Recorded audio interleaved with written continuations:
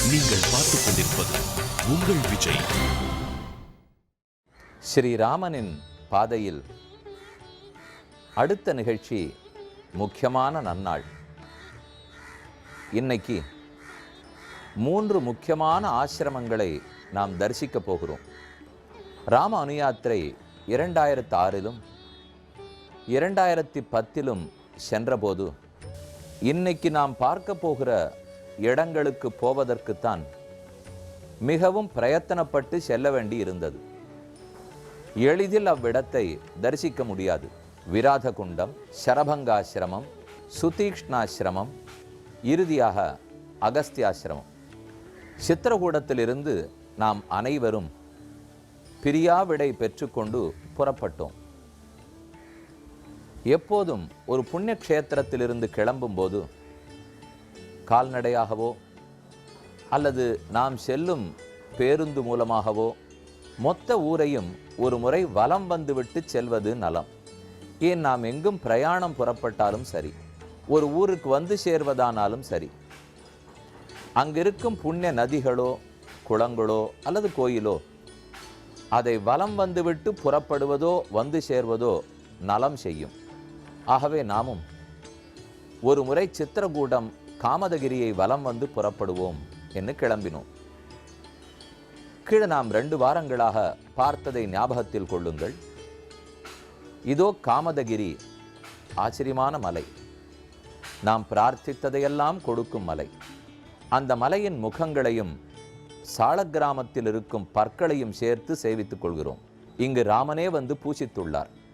காமதகிரியின் பரிக்கிரமா மார்க்கத்தில் பரதமிலாப், இங்குதான் பரதன் வந்து ராமனை திருவடி தொழுது ராஜ்யத்தை சமர்ப்பித்து அவரிடத்தில் பாதுகைகளை பெற்றுக்கொண்டு போன இடம். அவர்களுடைய காலடி சுவடிகளையே இன்னைக்கும் தரிசிக்கிறோம். சித்திரக்கூட்டத்தில் மந்தாகினி நதி பெருமை சேர்க்கிறாள்.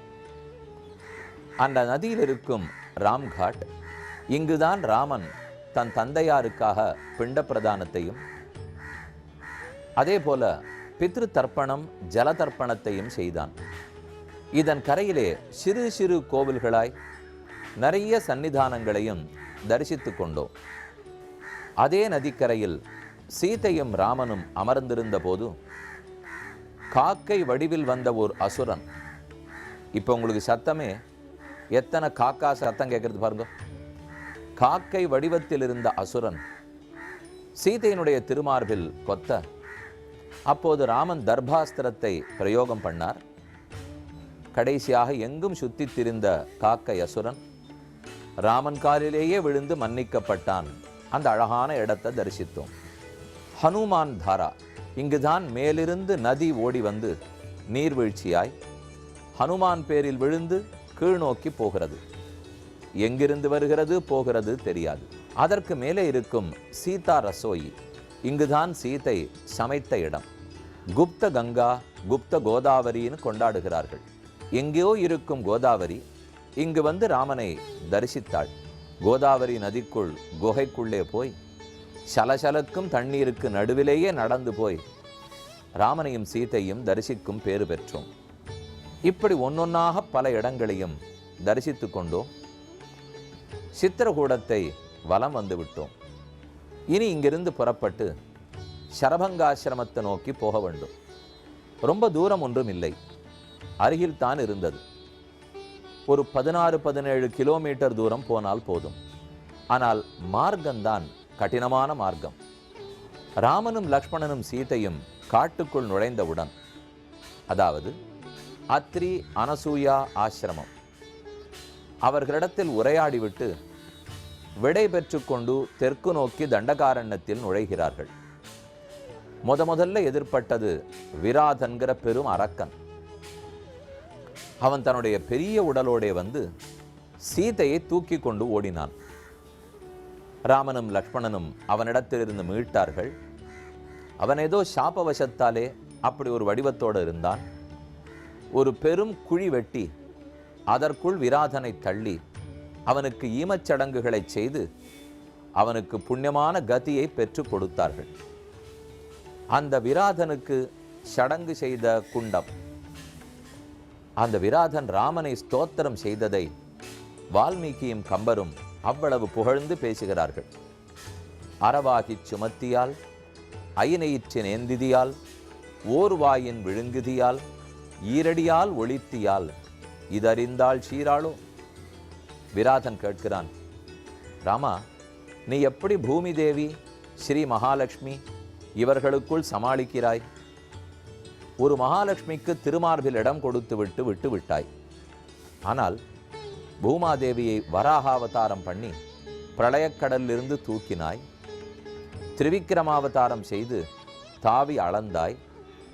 ஆதிசேஷனான வடிவத்தில் பாதாளத்திலிருந்து தலையால் தாங்குகிறாய். பிரளய ஆபத்து வந்தபோது இந்த பூமி முழுக்க உண்டு உன் வயிற்றில் வைத்து காக்கிறாய். இத்தனை ஆசையா பூமாதேவி இடத்தே? இப்படி இருந்தால் மகாலட்சுமி கோவித்து கொள்ள மாட்டாளா? அவ்வளவழகாக கேட்டான் விராதன். அவனிடத்தை சேவிக்க வேணும்னு ஆசை கொண்டோம். ஆனால் அடர்ந்த காடு, நம்ம விட புலிகளும் சிங்கங்களும் கரடிகளும் அதிகம். அங்கிருக்கும் வழிகாட்டியை விசாரித்தோம். நீங்கள் எத்தனை பேர் வந்திருக்கிறீர்கள்? 400 பேர். அடுத்த தடவை 600 பேர். சரி, உள்ள போகலாம். ஒரு 10 கிலோமீட்டர் நடக்க வேண்டும். அழைத்து போகிறேன். ஆனால் போகலாம். திரும்ப வரும்போது 200 பேராக வந்தால் என்னிடம் கேட்க வேண்டாம் என்று அவர் கூறினார். ஏன் போகிறோம்? அதனால இந்த கரையிலே நின்று கொண்டு எந்த பாதையிலேருந்து உள்ள 10 கிலோமீட்டர் போகணும்னார்களோ அங்கேயே நின்று கொண்டு பாராயணத்தை முடித்தோம். அங்கிருந்தே திக்கு நோக்கி நமஸ்கரித்து கொண்டு அடுத்த முறை முடிந்தால் விராதனை பார்ப்போம், ராமனை தரிசிப்போம் என்று சொல்லிவிட்டு இடத்திலிருந்து புறப்பட்டோம். இனி அடுத்து முக்கியமான சரபங்காசிரமத்தை நோக்கி பிரயாணம்.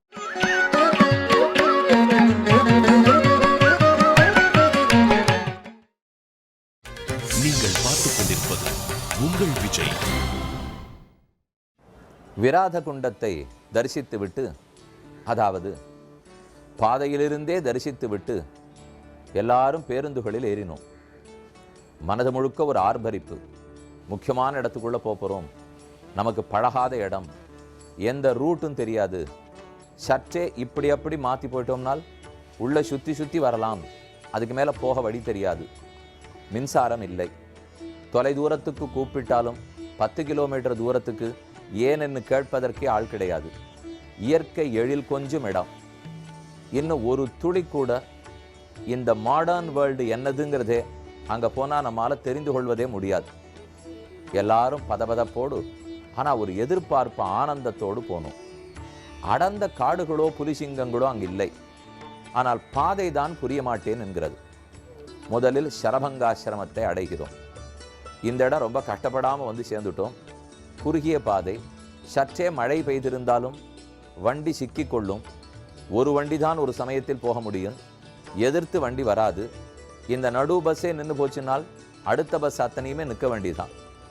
ராமநாமத்தையே சொல்லிக்கொண்டு ஜெய் ஸ்ரீராம், சீதாராமு கி ஜெய் அப்படிங்கிறத சொல்லிக்கொண்டே போனோம். நல்ல வேளை நேர சரபங்காசிரமத்தை அடைந்தோம். இங்கே சரபங்க நதி ஓடுகிறது. போன உடனே எல்லாருக்கும் பசி. காலையில் சித்திரக்கூடத்தில் இருந்தே நல்ல பொங்கல், உப்மா, கொத்சு எல்லாம் பண்ணி எடுத்து வந்திருந்தோம். அந்த இடத்துக்கு வந்துட்டோம். நல்ல வேளை பாதை தப்பலை அப்படிங்கிற திருப்தியிலேயே எல்லாருக்கும் பொங்கல் நன்றாக கண்டது. அதை சாப்பிட்டுட்டோம். காலங்காலத்து விடியற் காத்தாலே, அதுவும் இயற்கை சூழலில் சுட எண்ணத்தை நாம் அது பொங்கலோ உப்மாவோ அதை தொட்டு கொண்டு, அதுவும் அந்த நதி தண்ணியில் காலை வைத்து கொண்டு சாப்பிட்ற அழகு இருக்கு பாருங்க. அது ரொம்பவே நல்லது. என்றைக்கும் நல்லு சாப்பிடணும். தேவையானதை மட்டும் சாப்பிடணும். அளவோடு சாப்பிடணும். நேரத்துக்கு சாப்பிடணும். பெருமாளுக்கு கண்டருளை பண்ணினது, அவருக்கு நைவேத்தியம் பண்ணினத்தை தான் சாப்பிடணும். அதுவும் நாம் ஒன்னொன்னையும் ஆராதனம் பண்ணி பெருமாளுக்கு பூஜித்து அவருக்கு கண்டருளை பண்ணிவிட்டு தானே சாப்பிட்றோம். அதனால் யாருக்கும் ஒன்றும் ஒரு உடம்போ வியாதியோ 22 நாட்களும் துன்பம் இல்லை. இத்தனைக்கும் எங்கெங்கேயோ தண்ணீர், ஒரு நாளும் ஒரு நதியில் நீராட போனோம். இருந்தாலும் ஒரு கட்டமும் பெருமாள் நமக்கு கொடுக்கவே இல்லை. என்றைக்குமே அவர் கட்டம் கொடுத்ததில்லை. கட்டத்தை கொடுக்கணுன்னாலும் வரவழைச்சிக்கிறது நாம தான். நாம் அதை வரவழைச்சிக்காது இருந்துட்டோம்னால் கட்டங்கள் வாரா. இருந்தாலும் உடம்பு வரலாம், எதுவும் நடக்கலாம். இந்த சம்சாரத்தில் இது இயற்கை. அதை பொறுத்து கொள்வதற்குத்தான் நாம் சகிப்புத்தன்மையைத்தான் வளர்த்து கொள்ள வேண்டும். அடுத்து உள்ளே சரபங்கரை தரிசிக்க போனோம். ராமன் இந்த இடத்துக்கு வந்தபோது சரபங்கரை வணங்கினான். நான் இங்கே மிச்ச காலத்தை கழிக்கலாமா? இப்பதான் சித்திரகூடத்திலேருந்து புறப்பட்டு வந்தேன். இன்னும் சுமார் 13 ஆண்டுகள் இருக்க வேண்டும். இந்த ஆசிரமத்தில் இருக்கலாமான்னு ராமன் கேட்டார். சரபங்கர் கூறினார், ராமா, நீ இருக்கலாம்.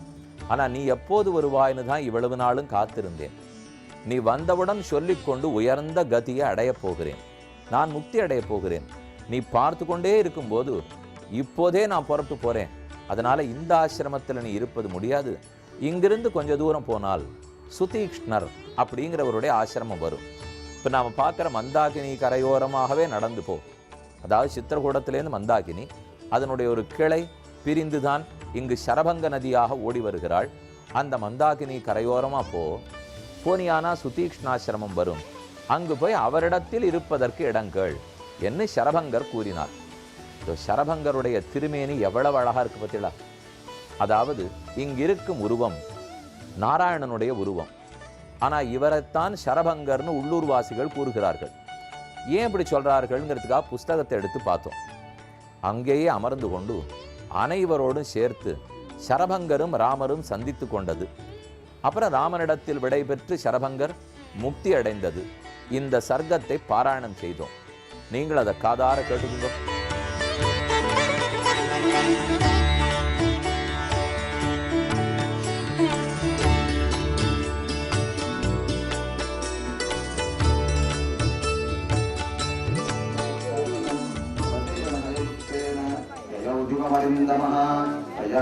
सहस्राक्षे राघवः सपरिच्छदः अग्निहोत्रमुपासीनं शरभङ्गमुपागमत् तस्य पादौ संगृह्य रामः सीता च सलक्ष्मणः निषेधुः प्रथमज्ञात लब्धवासायमन्त्रिताः ततः शक्रोपयानं तु पर्यपृच्छत राघवः शरभङ्गश्च तत्सर्वं राघवाय न्यवेदयत् मामेष वरदो राम ब्रह्मलोकं विनीशति चित्रमुत्क्रीडेण तपसा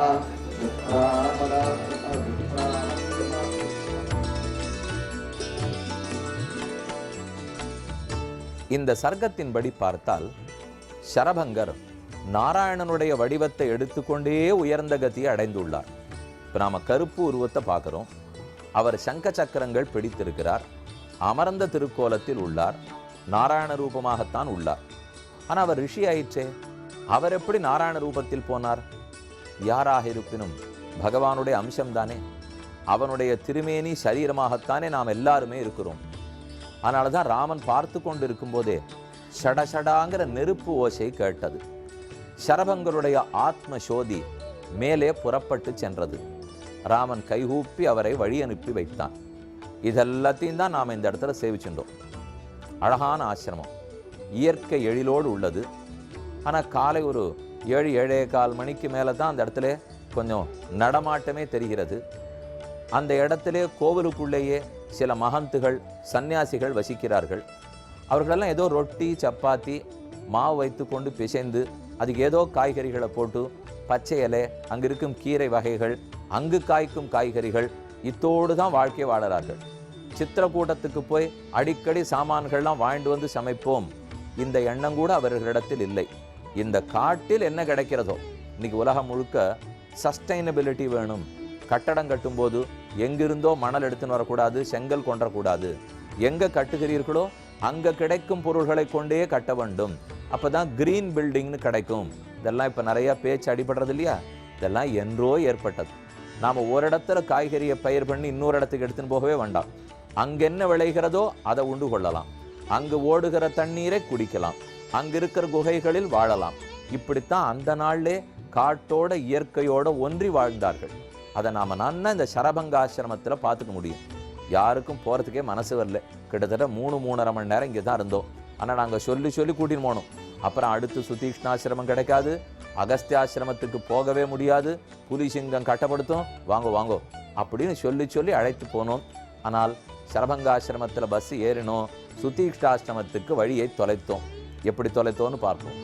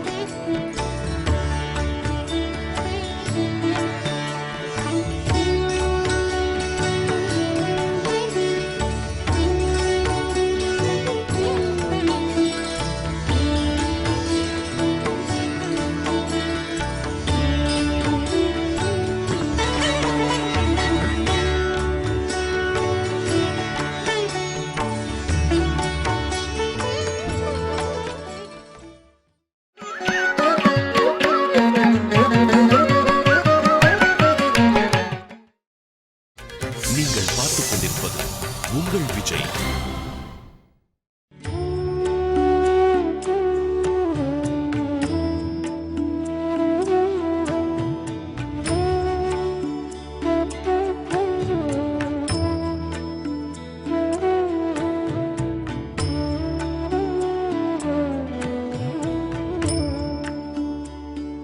சரபங்க ஆசிரமத்திலிருந்து புறப்பட்ட ராமன் சுதீக்ஷ்ண ஆசிரமத்தை வந்து அடைந்தான்.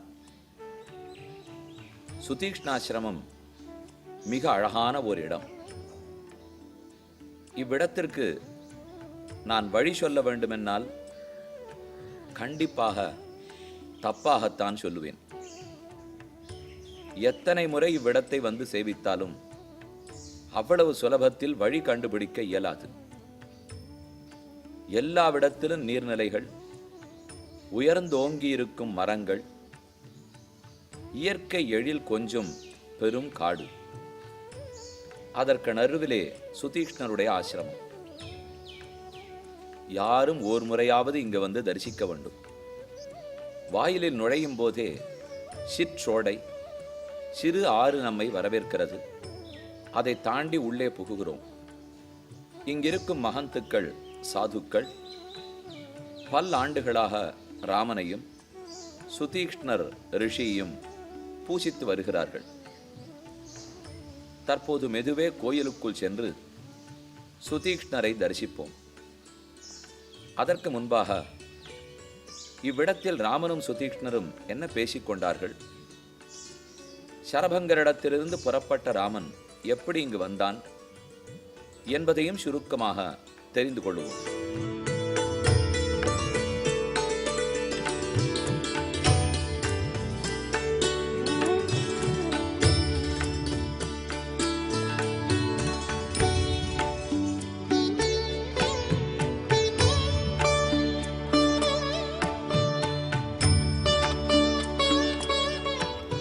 ஸ்ரீராமனின் பாதையில், காட்டு பாதையில் உள்ளோம்.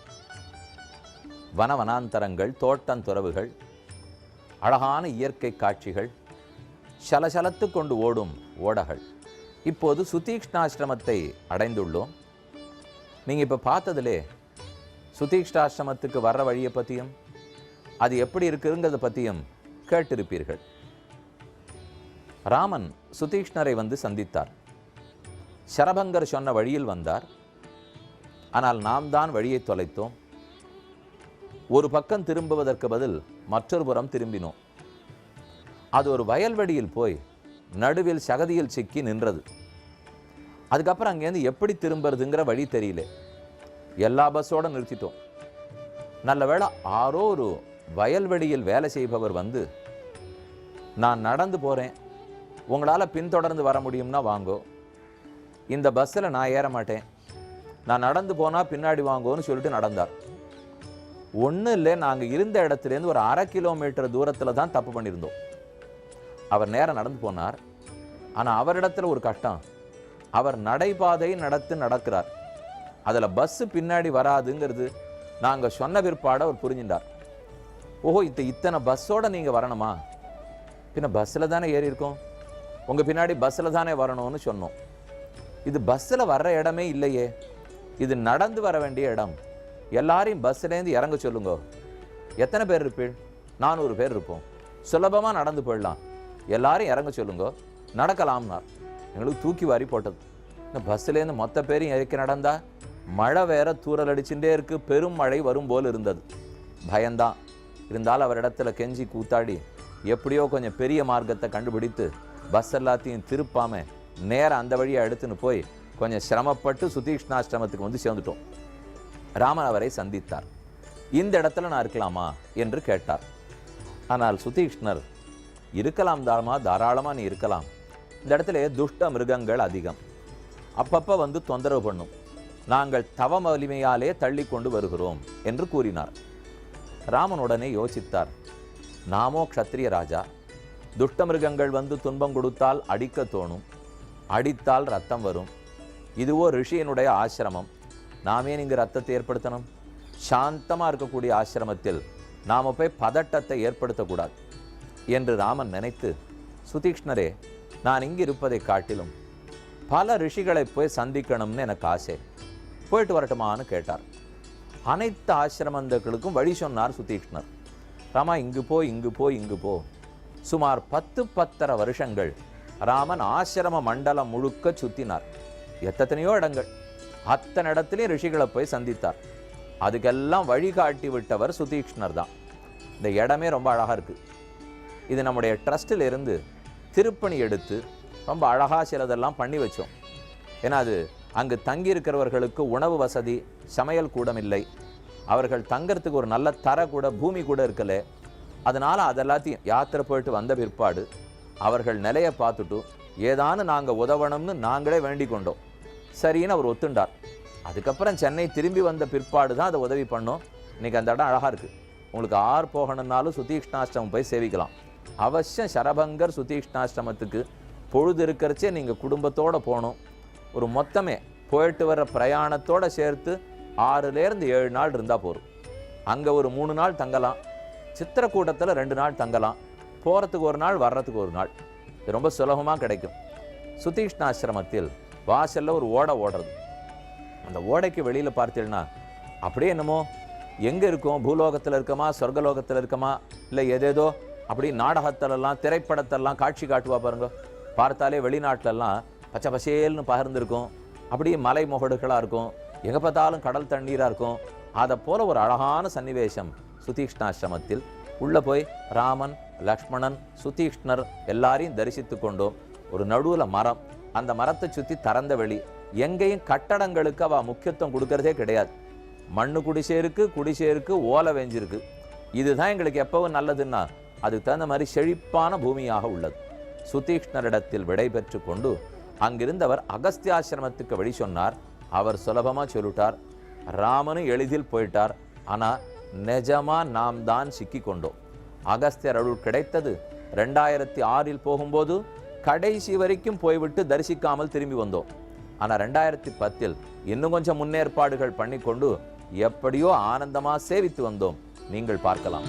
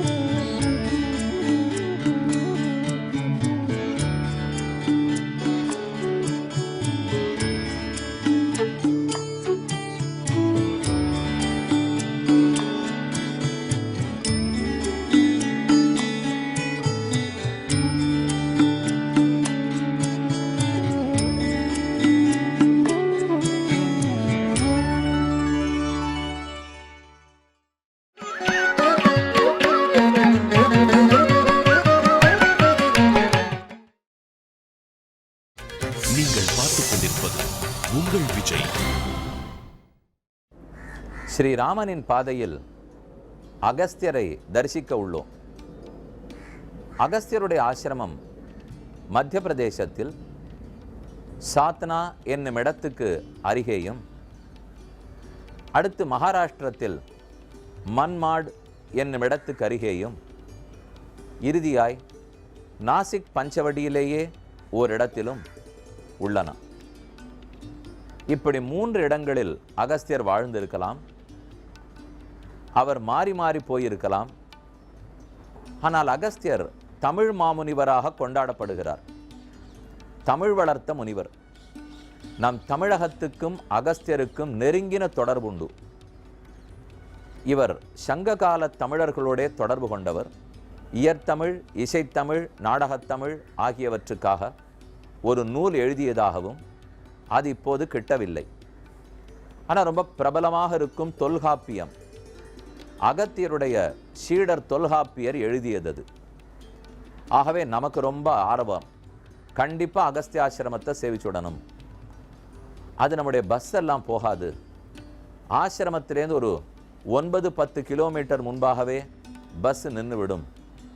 ஆசிரமத்துக்கு முன்னால் ஒரு பெரும் ஆறு ஓடுகிறது. எப்போ மழை அதிகப்பட்டாலும் ஆற்றில் வெள்ளம் வரும். அப்போ தாண்டி போக முடியாது. ஆற்று வெள்ளத்தோடு இல்லை, நிறைய சேரும் சகதியுமாக இருக்கும்.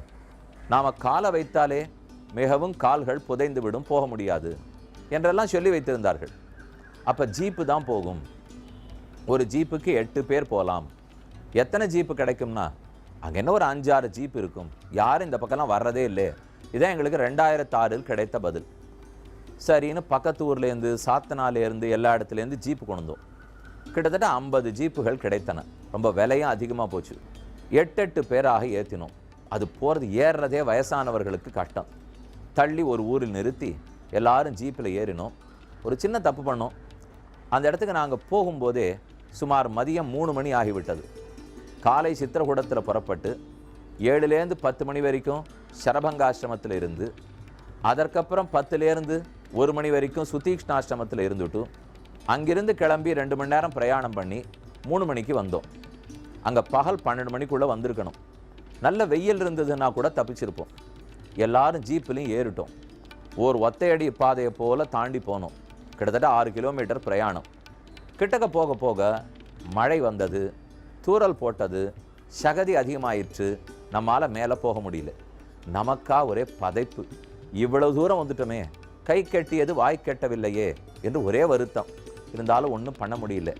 எங்களோட வந்திருந்த கேமராமேன், இன்னும் ஒரு 4-5 இளைஞர்கள், கொஞ்சம் தெம்பு இருக்கிறவா, என்ன ஆனாலும் சரி நாங்கள் போய் பார்த்துட்டு வரோம், நீங்கள் திரும்ப போங்க, நீங்கள் ராம்டெக்கை நோக்கி பஸ்ஸே கிளம்பி போயிட்டாலும் சரி நாங்கள் போயிட்டு தான் வரப்போகிறோம் என்ன ரொம்ப வீரத்தோட புறப்பு போயிட்டா. சரி போயிட்டு வரட்டும். நாங்களும் கொஞ்ச நேரம் நின்று பார்த்தோம், ஆளை காணும். நாங்கள்லாம் அந்த ஜீப்போட மன வருத்தத்தோடு திரும்பி வந்து பஸ்ஸில் உட்காந்துட்டோம். போனவர்களுக்கு ஒரே கும்மிருட்டு. பார்த்தாலே நதியிலே பாம்புகள்லாம் ஓடுறது. இருந்தாலும் எப்படியோ தாண்டி கொண்டு போய் போனால் எங்கேயுமே மின்சாரம் கிடையாது, மழை வேறு. இதுக்கு நடுவில் கேமரா வச்சுட்டு என்ன எடுக்க முடியுமோ கட்டப்பட்டு எடுத்திருந்தார்கள். ஆனால் ஒன்றும் ஒருத்தருக்கும் சரியாக புரியலை. அவர்கள்லாம் திரும்பி வர்றதுக்கு அதுக்கப்புறம் 2.5 மணி நேரம் ஆச்சு. எங்களுக்கு அந்த 10 பேரை விட்டுட்டு போகிறதுக்கு மனசு இல்லை. இப்படித்தான் 2006 அன்சக்சஸ்ஃபுல்லாக முடிந்தது. உடனே எல்லாரும் ஒன்றும் மன வருத்தப்படப்படாது, கண்டிப்பாக அடுத்த தரம் வரும்போது இன்னும் ப்ரிப்பேர்டாக வந்து கண்டிப்பாக அகஸ்தியரை சேவிச்சுடணும் என்று முடிவெடுத்துட்டோம்.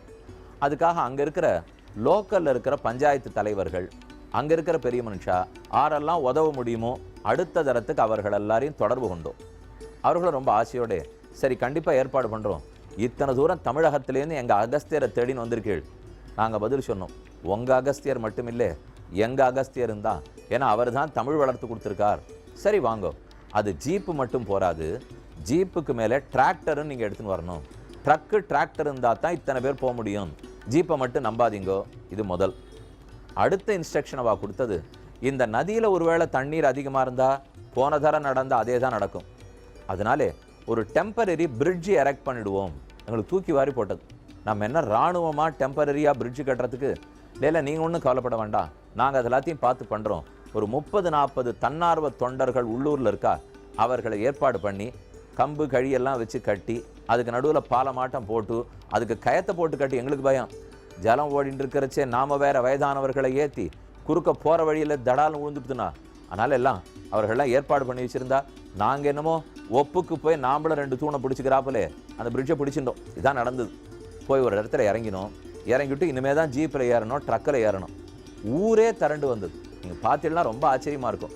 என்னமோ நாங்கள்லாம் வெற்றி விழா பண்ணிட்டு வரா மாதிரியும் எங்கேயோ போட்டி ஜெயிச்சுட்டு வந்தா போலே அவாவா கொடி பிடித்து கொண்டு தம்பட்டமெல்லாம் அடித்து கொண்டு வாத்தியம் வாசித்து கொண்டு வந்து மாலையெல்லாம் போட்டு வரவேற்று தமிழகத்திலேருந்து எங்களை நோக்கி வந்திருக்கீள், எங்களுக்கு ரொம்ப திருப்தி, வாங்கோ அப்படின்னு சின்ன குழந்தைகள், பள்ளிக்கூட குழந்தைகளாரையும் நிறுத்தி அவர்கள்லாம் எங்களுக்கு மலர் மாலையெல்லாம் கொடுத்து வரவேற்று ரொம்ப ஆச்சரியமாக இருந்தது. தங்க மொத்த வேலையும் விட்டுட்டு இப்படியும் ஒருத்தர் வருவார்களா, பரோபகார சிந்தனம் இருக்குமா நினச்சி எங்களுக்கு ரொம்ப ஆச்சரியம். நம்ம நாட்டிலலாம் ஒருத்தர் வராருன்னா நம்ம வீட்டுக்கே விருந்தாளி வந்தால் கூட நீங்கள் வீட்டை பார்த்துங்க, நாங்கள் வெளியில் போயிட்டு வரணுன்ட்டு போயிடுவோம். யாருக்காகவான்னு இவ்வளோ தூரம் மெனக்கெடுவோமா? ஆனால் அவர்களுக்கு அவ்வளோ தூரம் நம்ம அகஸ்தியரை தேடி வந்திருக்காருன்னு ஒரு ஆசை. எல்லாரும் டிராக்டரில் ஏறி உட்காந்தோம், ஜீப்பில் ஏறி உட்காந்தோம். சொகுசான பிரயாணம். இந்த தரம் மத்தியானம் 1 மணிக்கு வந்துட்டோம். டிராக்டரில் மெதுவாக பிரயாணம் போயிட்டே இருப்போம். அகஸ்தியாசிரமத்துக்கு போய் சந்திப்போம்.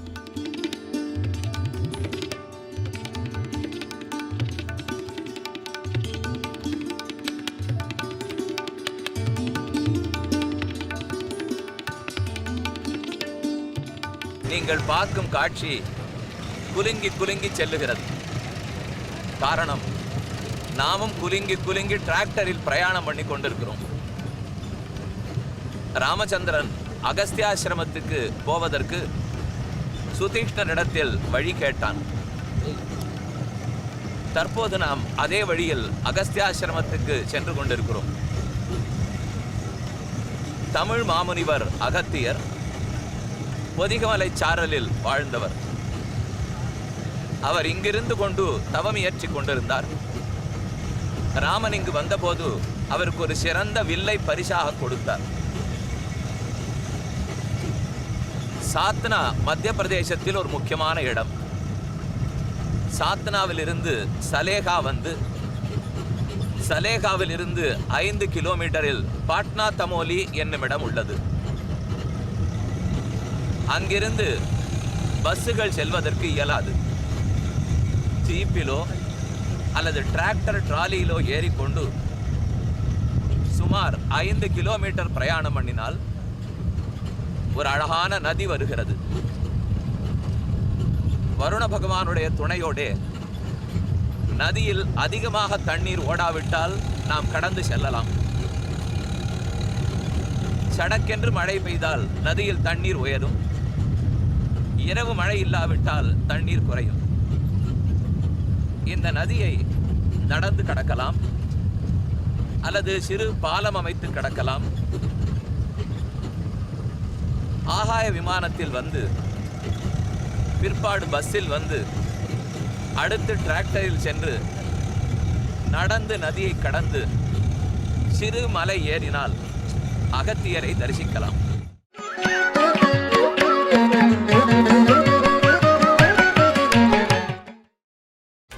நீங்கள் பார்த்துக் கொண்டிருப்பது உங்கள் விஜய்.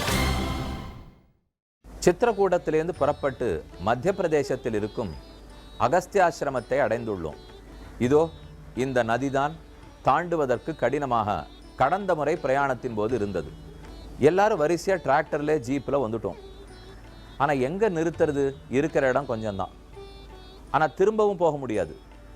ஒரு ட்ரிப்பு போயிட்டு வரணும்னா போக 1/2 மணி நேரம், வர 1/2 மணி நேரம். ஆனால் மொத்தத்துக்கு எங்கிட்ட டிராக்டரும் இல்லை. ஒரு 3 ட்ரிப்பாக தான் ஏற்பாடு பண்ணியிருந்தோம். 1 மணிக்கு ஒன்று வந்தது, அடுத்து 2 மணிக்கு, 3 மணிக்கு. ஏன்னா அவ்வளவுதான் ஆட்களுக்கு அங்கே இடம் பிடிக்கும். ஒரு செட்டாக டேர்ன் போட்டுட்டு சேவிச்சுட்டு வந்துடுவோம். இந்த நினைவில் தான் நாங்கள் போனோம். ஆனால் கடைசியில் நடந்தது என்ன தெரியுமோ? முதல் குரூப்பு போய் சேர்ந்தது, அகஸ்தியாசிரமத்துக்கு போனார்கள், திரும்ப வரல. அடுத்த குரூப் வந்தது, அவர்களும் வந்துட்டோம். ஏன்னா முதல்ல இருக்கிறவா திரும்பி வர வேண்டாமான்னால் வண்டி போச்சு, புது ஆட்கள் வந்தார்களே தவிர முதல்ல இருக்கிறவாளுக்கு போகிறதுக்கே மனசு வரல. அங்கேயே இப்படி போய் பார்க்குறா, அப்படி போய் பார்க்குறா. என்ன இடம்? அதில் பார்த்தாலும் இந்த பக்கம் பார்த்தா ஒரு பள்ளத்தாக்காட்டம் இருக்குது, இந்த பக்கம் நதி ஓடுகிறது. அப்படி தட்டி தடவி 90 வயசுக்காராலேருந்து 12 வயசுக்கார சின்ன குழந்தை வரைக்கும் எல்லாருக்கும் ஒரே குதூகலம். என்ன ஆறுதோ ஆட்டம், இந்த இடத்துக்கு வந்துட்டோம்.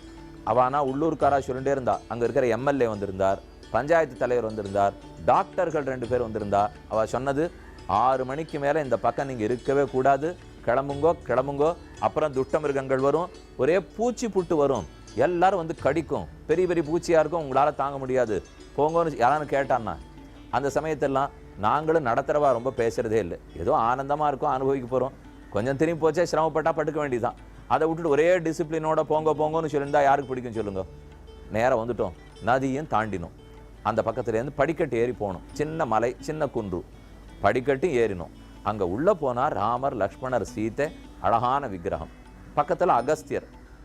இந்த அகஸ்திய விக்கிரகத்தை பார்த்தாலே நாம எப்பறம் அழகா பளபளான விக்கிரகம் பார்ப்போம் பாருங்க, அதை போல இங்கே இல்லை. இங்கே வேற மாதிரி தான் இருக்கார். நிறைய கல் வடிவத்திலெல்லாம் இருந்தார். அந்த அகஸ்தியர் எல்லாம் தரிசித்து கொண்டோம்.